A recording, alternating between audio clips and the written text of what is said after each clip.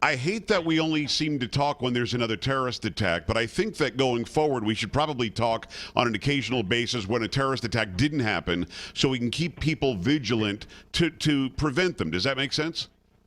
Oh, absolutely. I agree, because now more than ever, Americans need to be informed about what's happening, because Right. the subject of terrorism is basically the signs of the symptom of the problem, the disease, the manifestation. People need to start paying attention to what's happening underneath the surface. This terrorist became a terrorist, but before he became a terrorist, he was a refugee. Right. So while the refugee topic is not exactly terrorism, but is a part of the bigger picture and part of the bigger problem that is bringing and affecting national security with terrorism issues. And if we're going to be honest, Brigitte, the fact is Brexit happened because of refugees and the terrorism that's infiltrating it. Also because it's a matter of us keeping nationalism in our own countries, that we can love our countries and support our countries and be patriotic no matter where we're from. This guy that we're talking about at OSU the other day, at Ohio State University, was a refugee from Somalia. He was a guy that I think a red flag was raised almost immediately when he did some interview with a newspaper on campus, and he said, "I'm afraid that people won't accept how I pray, or that I'm a Muslim."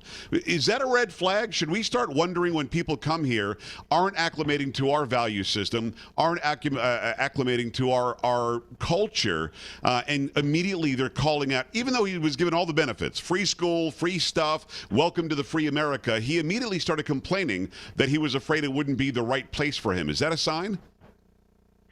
That is a sign. But the one thing about this guy is he knew exactly how to play the victim card. Right. He's not as innocent as he appears to be. Oh, this poor student was so frustrated, and out of sheer frustration decided to mow over innocent people at his school, and then with a machete start slashing people. Yeah. People don't get to that point just because they are frustrated and depressed. We have had people in this country frustrated for generations. You didn't see such an outburst of people doing such horrible acts, and to add to that, he is doing it in the name of his religion, and he wonders why people are afraid of Muslims. And he says, "Oh my gosh, people look at me funny. I'm so afraid that they are afraid of me." Well, you wonder why. They have a right to be afraid when you're going to take a machete and start basically killing people after mowing over them. You are exactly proving to people why people are concerned. But here's the thing with him: why should he be concerned? I mean, he in America can pray anywhere he wants. He can bow down as the central lobby of whatever hall and pray. Nobody's going to stop him. We have safe zones in our universities. Yeah. And the whole thing about the prayer, by the way, Joe, do you know that in the Middle East, you don't have to pray 5 times a day? Now, remember, the Middle East is Islamic Mecca. I mean, most of the countries in the Middle East are Islamic. This is where I come from, so I actually speak as somebody who was raised in an Islamic country. Right.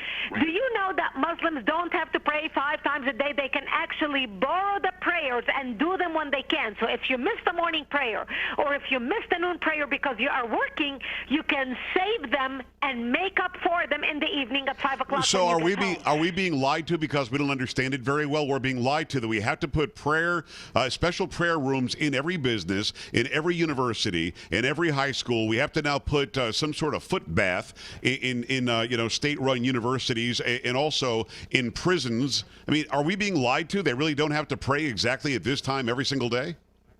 Yes, we are being lied to, because I come from the Middle East.